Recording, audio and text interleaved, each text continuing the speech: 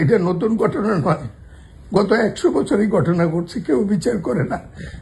আমি চেষ্টা করেছি সাধ্যমতো।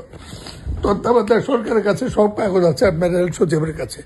পদুয়ারের বাজার ব্যারিকেড ম্যাডাম টাকা দিয়েছিল, লুট করে খেয়ে ফেলেছে আওয়ামী লীগ সরকারের সময়। এই ঢাকা চট্টগ্রাম মহাসড়কের জন্য 750 কোটি টাকা দিয়েছিল সাইফুর রহমান। এই কাজটি কমপ্লিট করতে পারি। আমি আমার সব কাগজ আছে।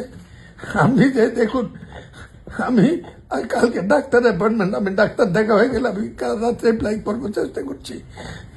আমার ঘুম যাওয়ার জোগাড় নাই। এই লাশ দেখতে দেখতে আমি বৃদ্ধ হয়ে গেছি ভাই রবিউল।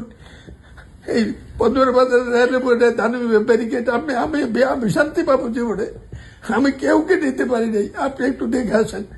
মির্জা ফখরুলকে একদিন নোয়াখালী যাওয়ার সময় দেখিয়েছিলাম, আপনি একটু দেখে আসেন, আপনি বুঝবেন এই দুইটাই একই জায়গা।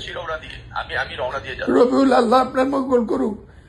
আমার নেতারা ওখানে দেখা করবে, আমি তাদেরকে দেখা করতে বলছি। আল্লাহ আপনার মঙ্গল করুক, আল্লাহ আমরা হত্যা করুক। আমি আমি খুব খুশি হলাম, সারা দিয়েছেন। আমি আপনার কাছে ভিক্ষা চাই, এই দুইটার সমাধান আপনি করবেন। রবিউল, আপনি মির্জার সাথে কথা বলতে পারেন, তাকে 2 বার দেখেছি। কি মানবীয় মৃত্যু প্রত্যেক দিন দেখতে হয়। স্বাধীনতা, আল্লাহ আপনার সাহায্য করুক।